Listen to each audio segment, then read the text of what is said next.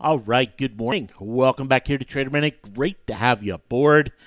Market been open here for about almost an hour, and an eventful open here in the market. We got it kicked off here last night.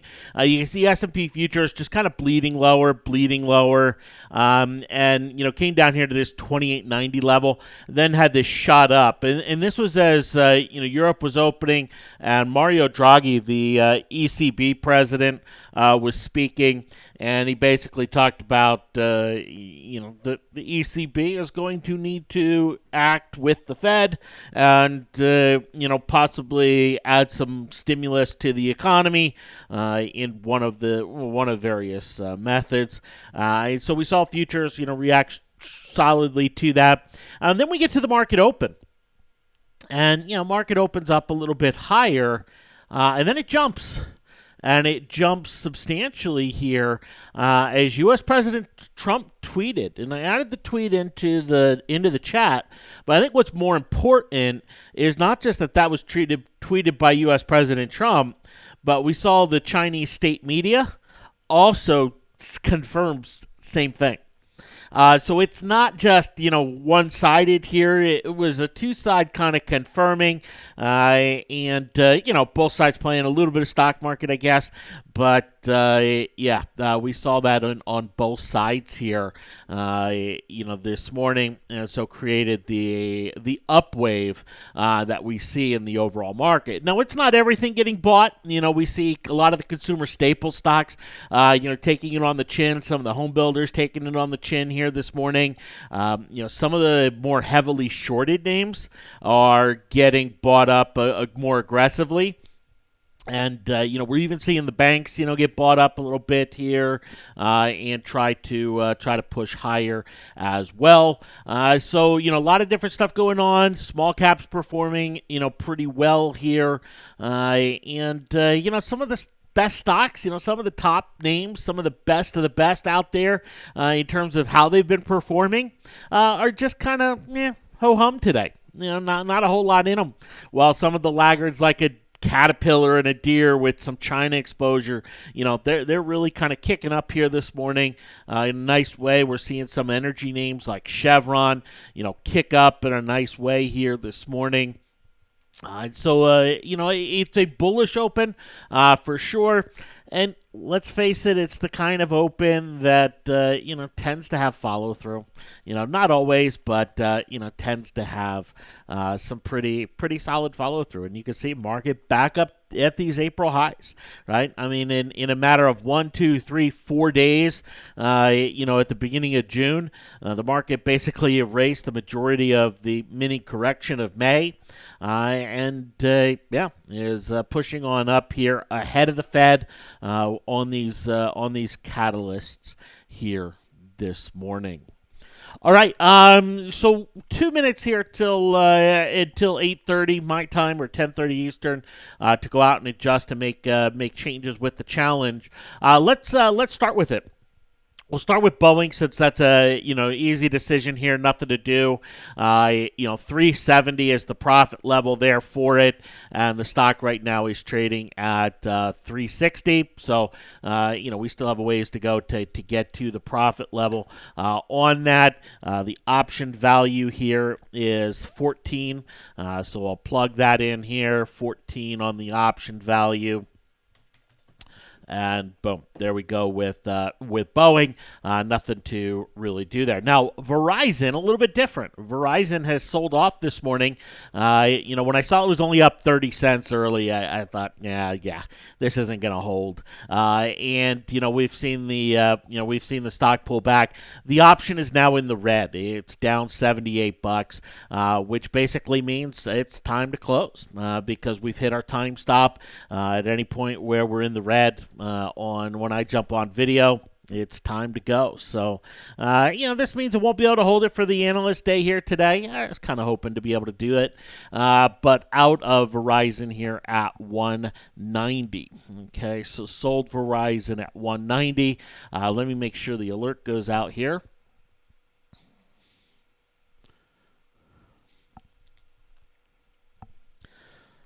There we go.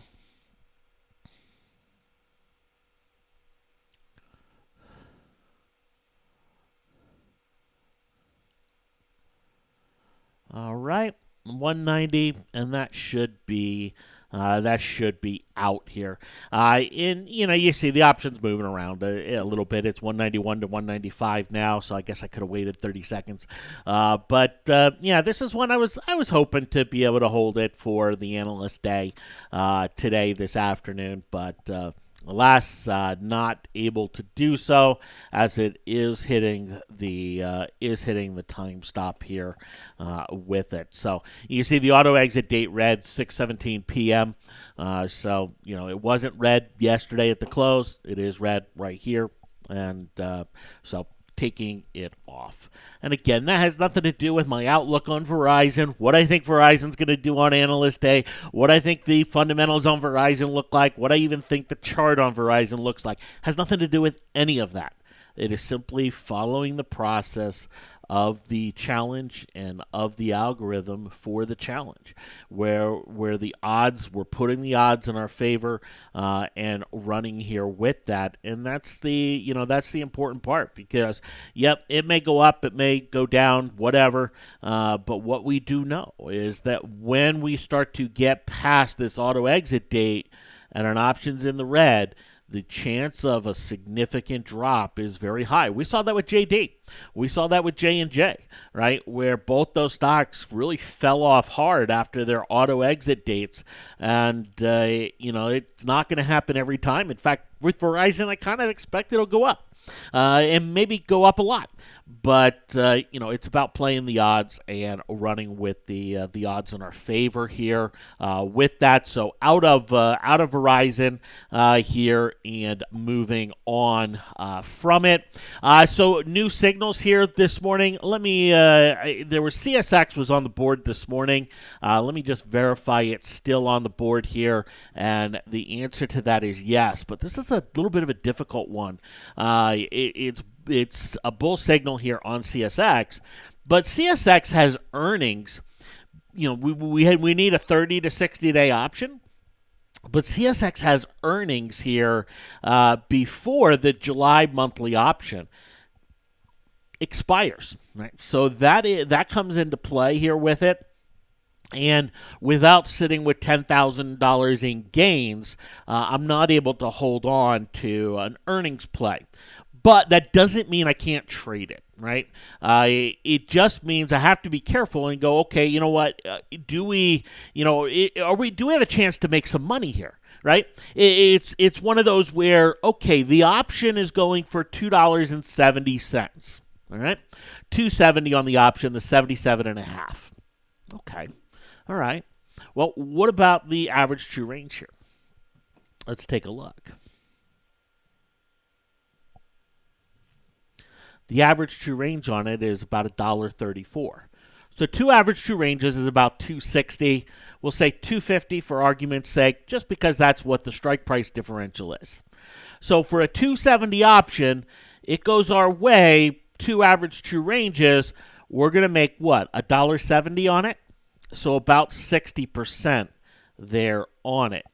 If it goes against us, we're going to lose about $1, about $1.30 for two average true ranges, so about 60-70 cents. It's not exactly in a great spot. It's not in a horrible spot, but it's one I would love to see a little bit better. But this is a stock that when it does trigger and when it does trend, it has the propensity to make a big move. Not just a little move, not just a muted move, a very big move. And so, it's one I look at and I go, okay, it's not the best reward scenario, but the risk scenario is pretty straightforward on it. We're not going to see the implied volatility get crushed because earnings are priced into it. So can still go out and make some money on the trade. And so going to go out and make that here today or this morning.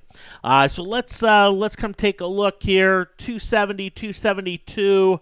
I'm going to buy the 19th of July options. And I'm double checking my cash amount here to make sure we get the allocation correct here. We have little 8,000 in cash, but we took the 3,000 out, so we have about 5,000 in cash, a little less than 5,000 in cash here. So I'm going to come in and I'm going to do 9 contracts here. I'm going to do 9 contracts of this option, and 273 is my fill price. All right, so let me get the alert out here.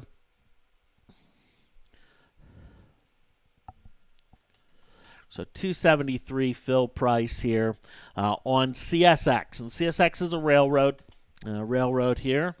We did 9 contracts, and this is on the 19th of July, 7750 calls.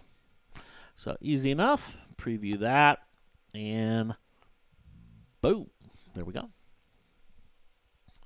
And that leaves us open for another position, which is what I wanted, because we do have some others that could come in here by the end of the day today. Let me just verify the alert went out, then we'll go and adjust things on the spreadsheet.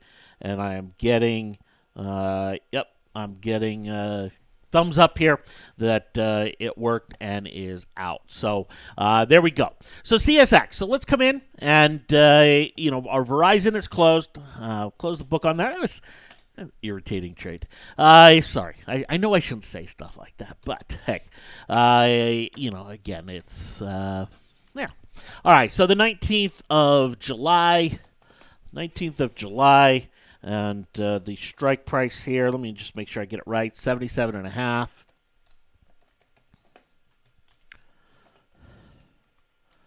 Okay.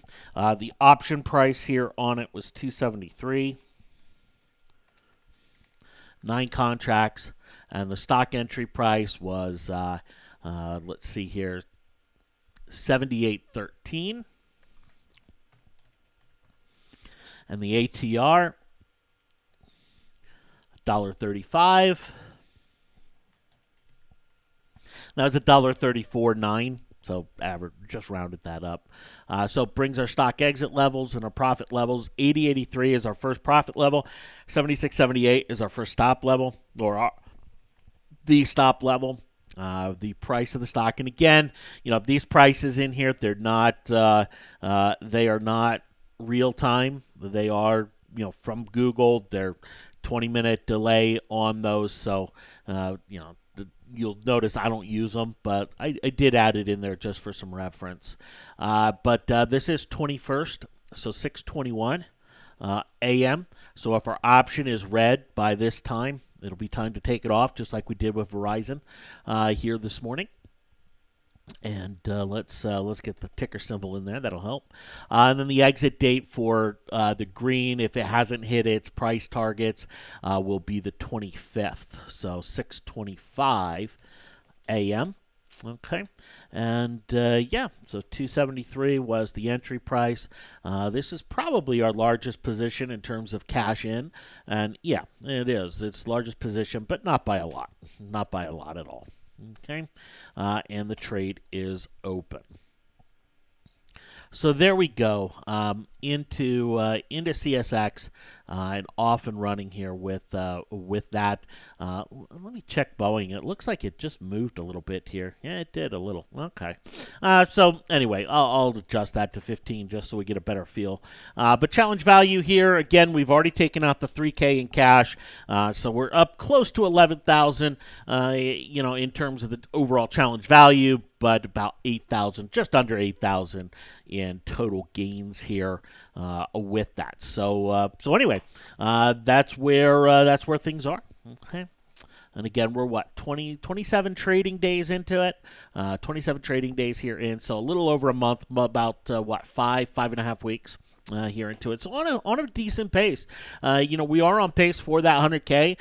Just maybe a week under the pace there for it, but that can always change when it comes to the options. But be nice to stack. Nice to see Boeing and CSX stack in some nice gains here over the coming days, and push us up into that next level, get us into our second double, and be off to the races here. Okay. All right. A couple comments here about the challenge, and they just all of these comments that I'm going to make just revolve around questions that have come in here of late, and so just gonna address them.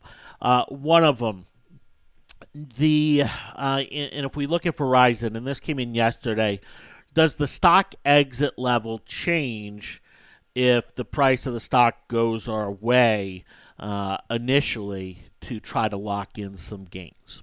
And a really good question because Verizon, we got into Verizon right here, and we got into it right here on this day. Okay. And the next day it was up a little bit, and the next day was up a little bit, or was up a little bit more, right? So we get to Friday, and the option position was up about 30%, somewhere in that area. Sorry, my screen drawing's pretty bad, but about 30%, right? And so, do we adjust the stop level to take care of that and all of that? The answer is no, absolutely not. We don't adjust the stop level at all. There's no value in it. And what do I mean by that? Yes, if we are a trader who adamantly believes that you never let a green trade go red, then yes, we have to adjust. We have to stop it. In fact, we have to close out every trade with $1 gain because, man, if that $1 turns into a $1 loss, we've now, violated our core principle, right? You know me, I don't subscribe to that type of nonsense, especially when it comes to trading options. I can see that type of mentality in trading stocks, but when trading options, especially in a challenge format, that's just, yeah, my opinion on it. It's not very high. But, so with the challenge, no, the stop level is not adjusted. But it doesn't mean there's not a safety net there. And we've seen this safety net pulled with two trades now, with JD and Verizon. They didn't go down and hit their stop levels, right? Here's JD, here's Verizon. They didn't go down and hit their stop levels, but they did hit their time stop levels. And so when we went out and, when I did a lot of the testing to kind of build this and especially to build this ATR method, it was, okay, do we use some sort of trailing stop mechanism where this stock exit level, changes on a day-to-day basis based on the price action? And that was the original route I went down. And played with a lot of different things with that, from just simple trailing stops to, parabolic SAR dynamics, if you're familiar with that indicator, to some moving average dynamics, because you know me, I like the 7-day moving average, and that can act as kind of a moving stop, and I played with those. But I did find that this combination of ATR with auto exit dates took care of that kind of moving stop average, or that kind of trailing stop element there with it. And that's essentially what Verizon has done, right? It pushed up, had about a 30% gain. The way the trade was structured, it was risk factor was about 35% on it, right? Using the stop level. And okay, it went up a little bit, and essentially it kind of acted as a trailing stop without adjusting the stock exit level there with it. Now, the stock exit level does get adjusted if we see the stock, move the average true range, right? So here with Under Armour, we got into Under Armour. We didn't make two trades there, but 2 days later, it hit its average true range, and you can see the stock exit level was adjusted, right? The stock exit level was adjusted to be 1 ATR below what the stock price was when we made the adjustment. So that's the only time that the stock exit level is going to be changed or going to shift there, is when we have that kind of ATR, or we have that kind of 2 ATR movement there with it, and won't adjust based on gain or anything like that. We'll let the time stops kind of take care of that element here. Okay, so that's that on the on the challenge, and do the stops get adjusted there with it? And yeah, the answer is yeah, everything I just said. Okay. I was asked this morning if I would step in if this morning was considered an unusual circumstance, and jump in and sell Boeing because Boeing has a bunch of news on it. And it was a very simple answer of no, there's nothing unusual here. News happens all the time. And I know when I go and make a trade on a stock, and it's a stock that somebody isn't following, and so they go out and they start to look at it, and they see all the different news headlines on it. They see all the different pros and cons, and people who are bullish and people who are bearish. It brings up a lot of angst and a lot of kind of questions, and a lot of, hey, should I really be in this or not? And they go out and evaluate in that regard. But the bottom line here is that there's nothing in the challenge about any of that. None at all. None. This is purely technical in nature. And I wouldn't even call it purely technical, because we're not using just technical indicators. This is algorithm based on price action, based on past history, and based on probabilities going forward. And so to step in and do something because it's an unusual circumstance, that would be if, let's just say something in Iran, kind of increased, right? We saw the U.S. send 1,000 more troops over to the region yesterday. Let's just say, the situation gets worse and full-blown war breaks out.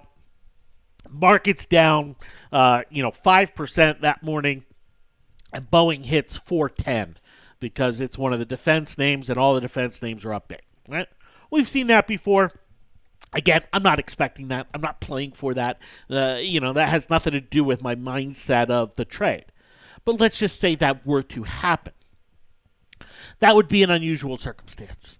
That is the type of circumstance where I would step in and possibly manipulate the trade based on what's going on, rather than following the algorithm. Okay, that's the type of scenario. Not a day-to-day normal run-of-the-mill market type of action. And that's what today is. It's normal run-of-the-mill type action. When we look at Verizon, it's not like Verizon did anything strange. Not like it did anything extremely unusual here for Verizon. We can look at the chart over and over and over and see this scenario happen, right? There's nothing incredibly different about that. And I know when we're in the trade, it can feel different, right? The emotions of it can feel different, but it's not just the pop we saw Friday and the 2-day drift down. That's just not an unusual circumstance. In fact, we didn't even see our option get into an unusual circumstance here with that. So yes, I do reserve the right to step in on unusual circumstances, but they have to be very unusual. And when you can look at a chart and you see and you go, oh, okay, you know what? This doesn't look like anything that we haven't seen a million times just in the past year. Not an unusual circumstance. Not an unusual circumstance. Okay.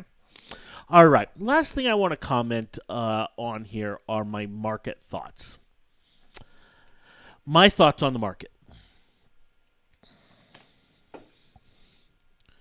My thoughts on the market are very simple. My thoughts on the market are the market vibe. Those are my thoughts on the market. Outside of that, yeah, you know what? I have different opinions. I'll have different insights. But I'm not going to be bullish when the market vibe is bearish, and I'm not going to be bearish when the market vibe is bullish. We went through this period in March and April where the market vibe was neutral as the market went up. We don't see that very often. But overall, when the market vibe's bullish, that's my take. When the market vibe's bearish, That's my take. The market vibe comprises the indicators, the elements of the market that I have looked at throughout my entire trading career. And the market vibe performance, in and of itself, just, my thoughts aren't going to do better than that. It's fantastic performance, and it's fantastic performance year to year, in different market environment to different market environment. And no, it doesn't call tops, and no, it doesn't call bottoms, right? But those are my market thoughts. Right? My market thoughts do not change because so-and-so on TV got on and said, hey, the sky's falling, buy puts. That my market thoughts don't change on that. My market thoughts don't change because somebody's pounding the table and says, "Hey, this is really bullish." No, those don't change my market thoughts. Today's gap up doesn't change my market thought at all. It's been bullish, and this is another bullish move.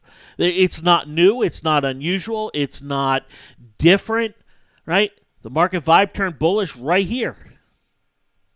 And yep, there have been some sideways days, and there was a downside little reversal day, but the metrics have remained bullish throughout this. And so my thoughts on it remain bullish. They're not changing because, the market's up. Well, is this going to be the top? And, is now going to... I'm not really into that game, right? When we saw the market vibe get incredibly oversold right down here, and the market vibe was bearish and really in this heavy oversold condition, I jumped on video and talked about it and said, hey, look, we're in a position right now where the market vibe is extremely oversold. And what do we know?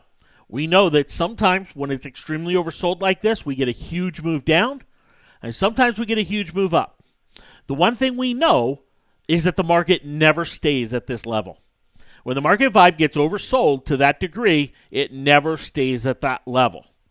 Sometimes it's taking a big flush down. Sometimes it's taking a hard bounce up. In this case, we saw it very quickly. The metrics moved. They moved bullish, and it's been a very hard bounce, to the upside here with the SPY. So, those are my market thoughts. And as I kind of share things on, hey, you know what, maybe the IWM or other different things and warning signs that are out there, until the metric changes, until the market vibe changes, my overall thoughts don't. This morning I put a comment into the message feed talking about the Merrill Lynch Bank of America survey that they did. And the survey showed that investors were fleeing to cash, and their equity allocations were some of the lowest that we've ever seen.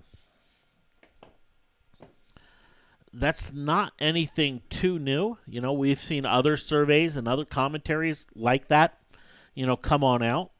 I put in that note this morning that for a contrarian investor, that's, when you want to buy.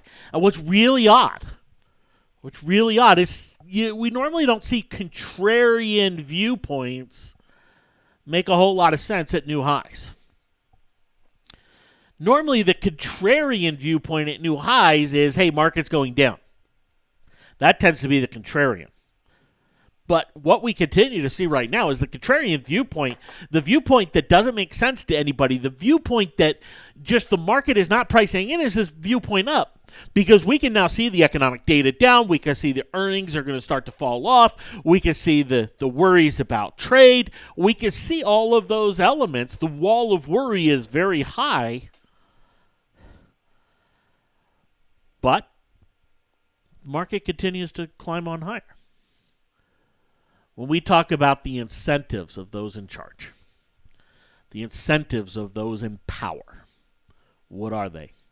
The ECB, European Central Bank, what's their incentive to push the market? Higher. The Fed, higher. That's their incentive. In fact, that incentive has been amplified and elevated here over the last year from political forces, the way that the ECB is not affected. But the Fed, strong strong incentive to push the market higher. U.S. President Trump, what's his incentive? Yeah, it's very obvious. Chinese Premier, what's his incentive? It's very obvious. Now, none of these players are going to be able to, ultimately, control, everything from month to month, day to day, week to week.